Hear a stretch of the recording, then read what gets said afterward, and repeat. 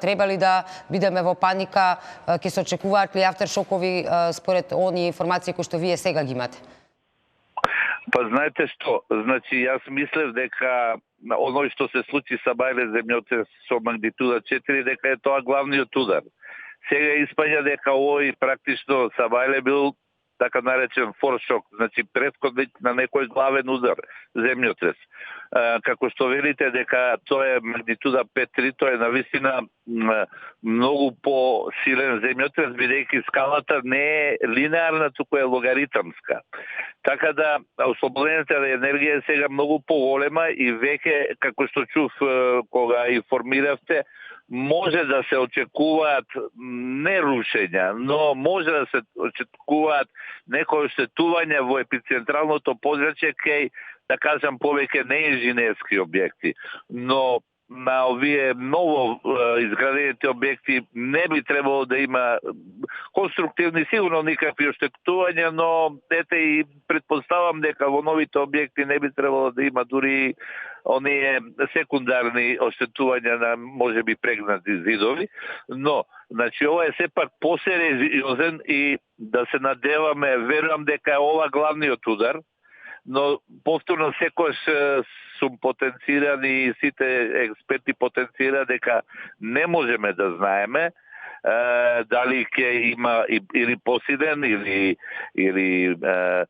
или дури автершокови, но ако е ова главниот удар, може би ќе има уште некои автершокови, бидејќи веќе магнитуда 5.3 носи после тоа релаксација на активираниот дел и редистрибуција на напрегањата и тогаш може да дојдат уште некои тие така наречени автершокови, но потенцирам.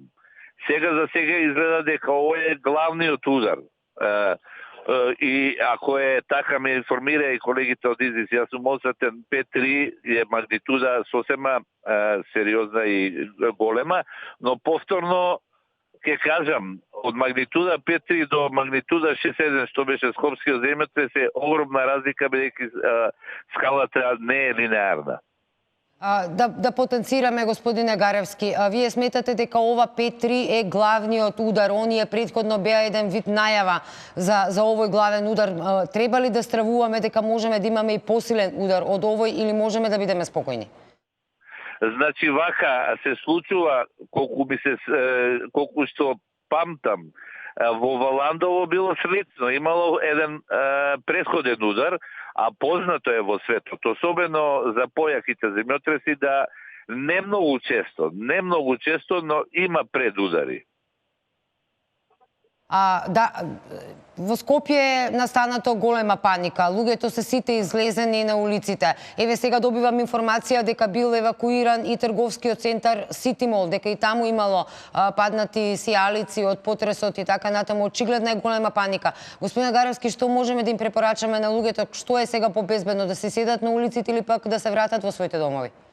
Значи вака, гарантирам, иако не сум го видел, дека нема никакви оштетувања на Сити Мол. Мислам, зборам конструктивни оштетувања, бејќи не е можно да се случи, сепак тоа не е толку висока магнитуда за да може да прави конструктивни оштетувања, можно е. Претурање дури на, да речеме, на овие полици и слично, сигурно е можно и предпоставувам дека земјотресот е почувствуван скоро на целата територија за Република Македонија.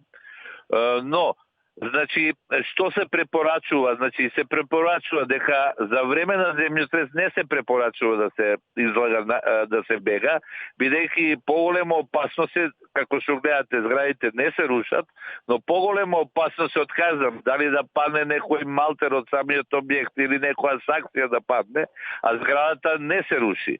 Се препорачува дури да се иде под некоја цврста маса за да не паднат ова за 5.3 магнитуда, може да се случи да паѓаат некои вазни и слично, па да не се повредат луѓето. А после земјотресот апсолутно се препорачува да се излезе надвор. И нормално да се остане малку надвор, доека ете така маси и самите граѓани се средат. но велам, не можам да кажам ништо. Да се надеваме дека е ова главниот удар, односно магнитуда, ако е магнитуда 5.3, тоа е доста, би требало да е главниот удар. Не би требало, а може да се очекуваат повторно некои авторшокови, ако се авторшокови. Ако е ова главниот удар, тие сите ќе бидат помали од 5.3.